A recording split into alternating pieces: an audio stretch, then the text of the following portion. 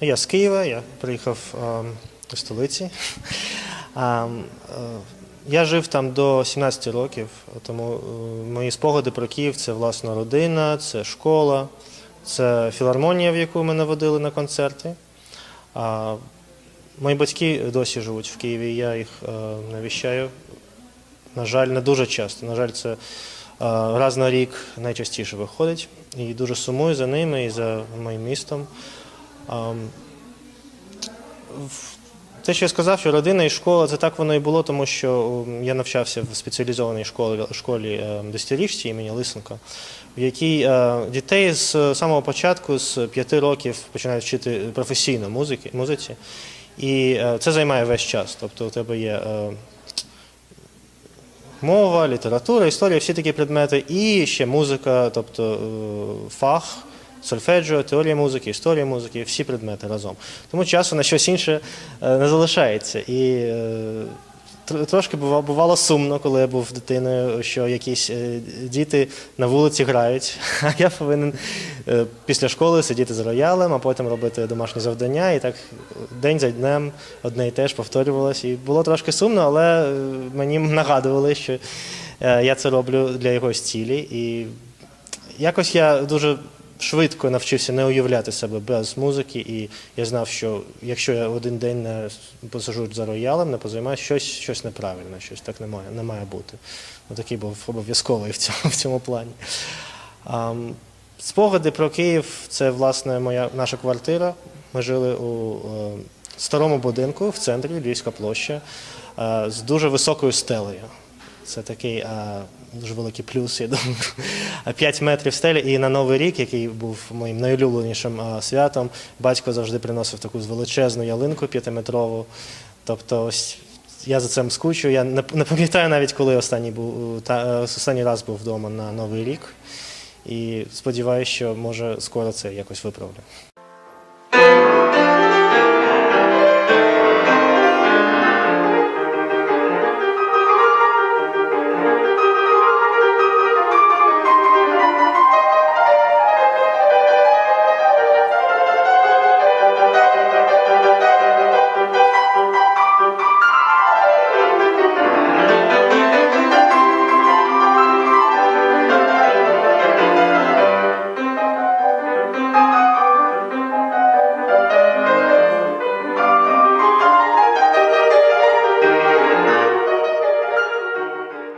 Так, я навчався в Москві 5 років, з 2001 по 2006 рік.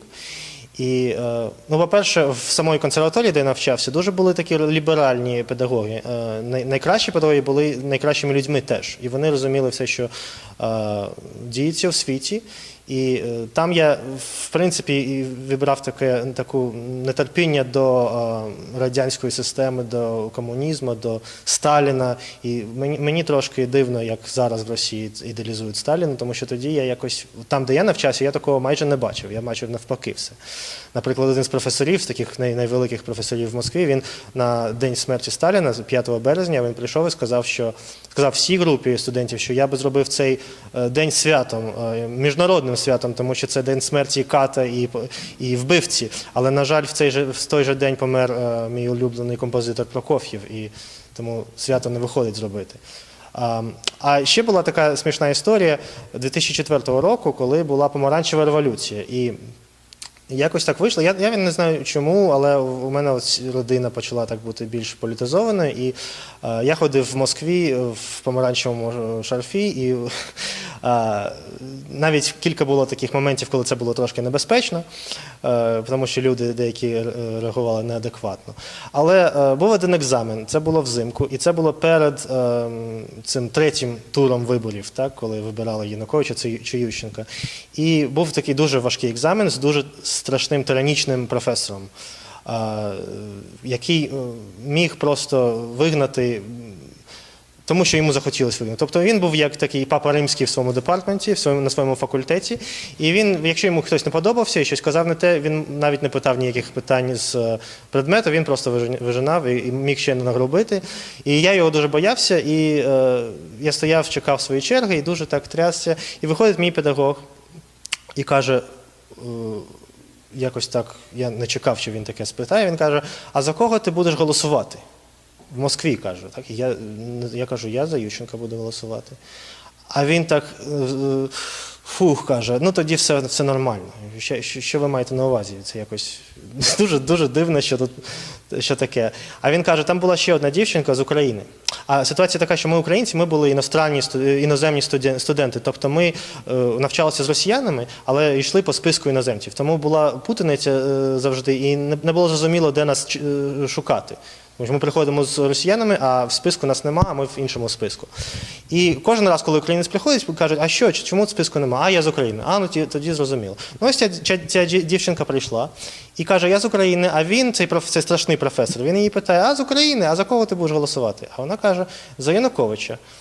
А він весь почервонів, як мій педагог каже, почервонів і каже, ти навчаєшся в Москві, в консерваторії, ти отримуєш найкращу освіту, і ти поїдеш до себе додому голосувати за цього жлоба, за це взагалі там щось, я не буду навіть казати, що він сказав. І сказав, все, я не хочу тебе бачити, навіть не хочу нічого питати, і вигнав її, поставив 2. І я якось так надихнувся цією історією. Це жахлива історія, в Америці таке не уявити, тому що його звільнили в ту ж мить, тому що є свобода, так, вибору. Але мені так це сподобалось, я був в такому захваті, що я зайшов, і у мене була ручка, така товста помаранчева ручка, на якої було написано «Ющенко так» з Майдану. І я з цією ручкою зайшов і сів там і став щось писати цією ручкою. Він нічого мене навіть не спитав, і дуже все пройшло гарно. А я думаю, якби він мене завалив, я б все одно закохався вже в нього. І все гарно пройшло. І потім мій педагог на наступний день каже, слухай, а у тебе ще є така ручка? Тому що цей професор, він запитує, чи може ти можеш привезти йому як сувенір. І я віддав свою ручку, сказав, будь ласка, для мене буде честь, якщо він собі залишить.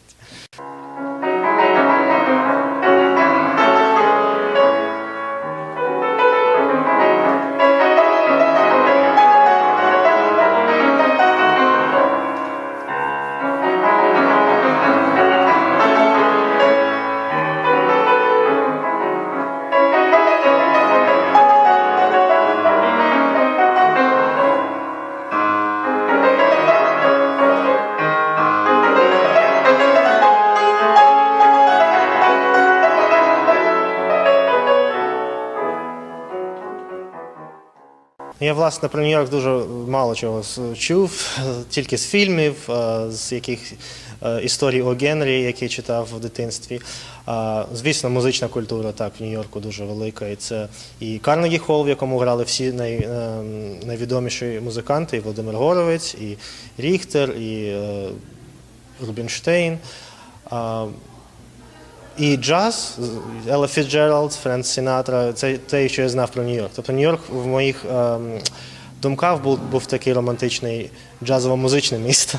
Але ще було 11 вересня, яке я не був в Нью-Йорку до того, і тому я не бачив ніколи цих баштів-близнюків. Але мій спогад є великий пазл, який мій батько привіз з командировки в Америці. І це були ці 2 башти. І ми збирали всією сім'єю, це може 2000 маленьких деталях. Так? І вони дуже такі однотипні, тому що ці башти вони схожі. І коли ми зібрали, мені здавалося, що я знаю буквально як свої 5 пальців ці 2 будівлі. І тому такі дитячі спогади, коли я бачив по телевізору, як вони були зруйновані в прямому ефірі, це було щось жахливе. І ось цей романтичний образ Нью-Йорка для мене ще поєднувався із таким образом, це як щось забрали, що належало бути там, якийсь символ. Це як людина, в якої відрізали руку чи ногу. Ось якесь таке відношення. Коли я приїхав в Нью-Йорк, я в перший же день поїхав до Ground Zero. Це було у 2006 році, коли там ще нічого не було. І це такі досить страшні відчуття, коли я це побачив. Я не знаю, тому що я ніколи не бачив Нью-Йорк, коли вони там були. Тобто я бачив Нью-Йорк вже тільки, коли ось цей символ був зруйнований, коли його забрали. І я тільки можу уявити, як важко було для тих людей, хто живе в Нью-Йорку, пережити це.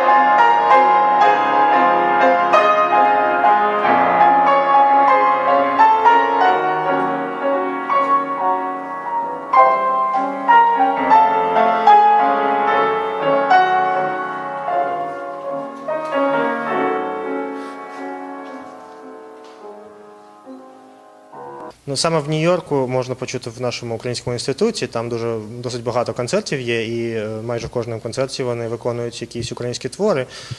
І це таке місце, де 100% можна почути українську музику.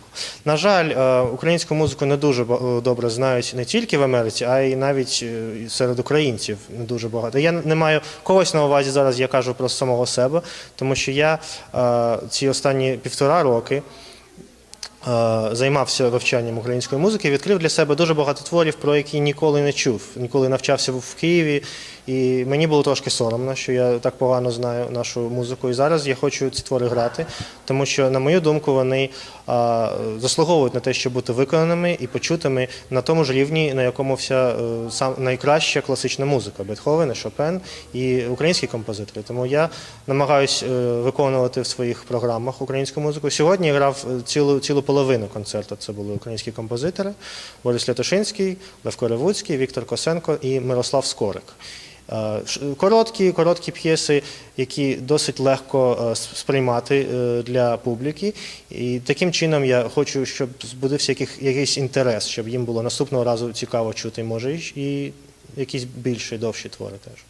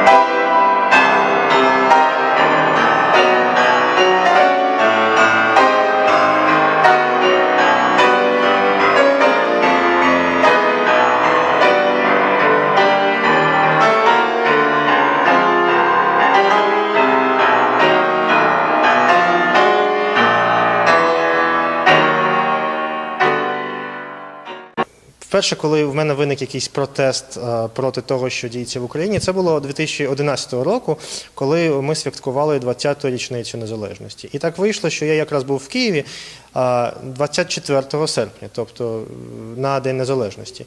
І тоді я з батьками і з іншими родичами ми пішли на мітинг до пам'ятника Шевченка святкувати незалежність, і цей мітинг було розігнано міліцією. І потім я повернувся в Америку, і мені подзвонили з посольства з Вашингтона і запропонували зіграти концерт, присвячений 20-й річниці. Я погодився і поїхав до Вашингтона. І поки я чекав свого виступу, люди з посольства, співробітники посольства, я не знаю хто саме, але розповідали гостям про надбання демократії, про президента Януковича. І мене якось трясло там за сценою, я не міг повірити, що я чую. І ось у мене таке виникло бажання, що я повинен заграти український гімн. Це якось вперше в житті у мене таке бажання виникло. Я вийшов на сцену, я заграв гімн, я грав його, я дивився на портрет Януковича на стіні, і в мене майже сльози з очей текли, і я думав, як це, що я в своєму посольстві граю гімн і відчуваю, що це якийсь протест, що щось неправильно. І тоді я вперше зрозумів, що це не є моє посольство, а це є посольство якоїсь окупаційної влади. І я тоді сказав, там були гості, я їм сказав, що вам тут розказували про надбання демократії, але я знаю, як ви святкуєте незалежність в Америці, який це свято для вас. А у нас людей кийками побили ось на 20-ту річницю. Я це їм сказав, і на мене дуже обурилися співробітники. А гостям було якось байдуже, вони тільки хотіли йти вечеряти і пити горілку.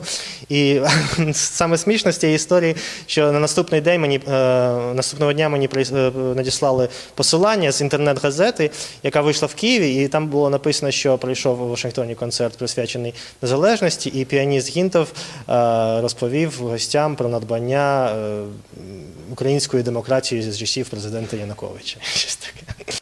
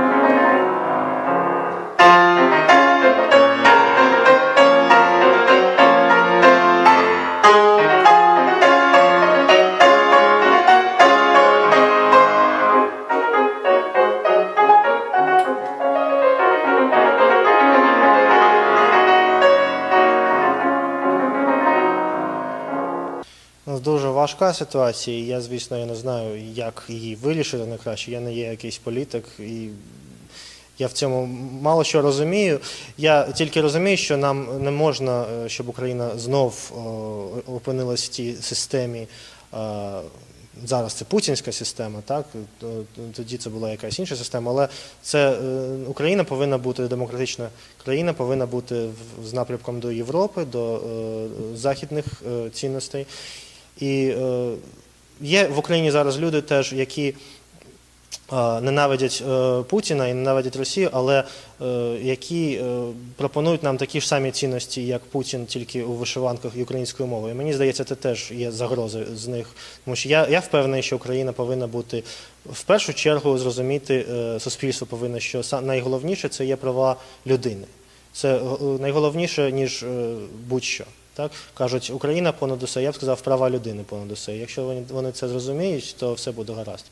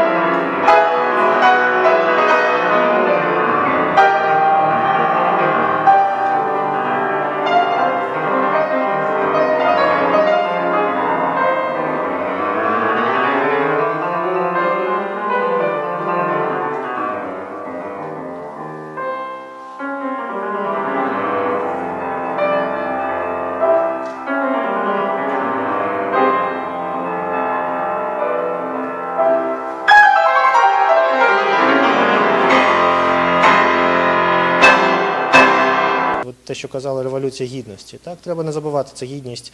І це гідність не тільки тих, хто тоді стояв на Майдані, а взагалі всіх людей. Тобто треба поважати людей, хто б вони не були, і розуміти, що не є кращих людей чи гірших людей.